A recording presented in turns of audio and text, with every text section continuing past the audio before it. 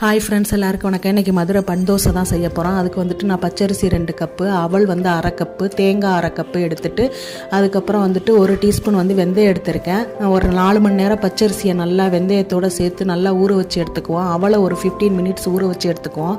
அவல், பச்சரிசி, தேங்காய் எல்லாத்தையும் போட்டு நல்லா அந்த மாதிரி அரைச்சி எடுத்துக்குவோம். நான் வந்துட்டு இன்றைக்கி 2 பேட்சாக போட்டு அரைக்கிறேன். அரைச்சி எடுத்துக்கிட்டு உப்பை போட்டு நல்லா கலக்கி மிக்ஸ் பண்ணி அதை வந்துட்டு நல்லா ஊற வச்சிடணும். ஒரு 8 மணி நேரம் புளிக்க வச்சிடணும். புளிச்சதுக்கப்புறம் மறுநாள் பார்க்கணும். நைட்டே அரைச்சி ஊற வச்சுட்டேன்னா மறுநாள் பார்த்தா சூப்பராக பொங்கி இந்த மாதிரி வந்திருந்தது. இந்த மாதிரி பொங்கி வந்திருந்தால் தான் பன் தோசை நல்லா சாஃப்டாக இருக்கும். இப்போ பார்த்தீங்கன்னா வந்துட்டு நான் ஆப்போ செய்கிற சட்டி எடுத்திருக்கேன். அதில் வந்துட்டு இந்த மாதிரி 2 கரண்டி மாவை வந்து ஊற்றணும். ஊற்றிட்டு அப்படியே விட்டுறணும். அதை இழுத்து விடலாம் கூடாது.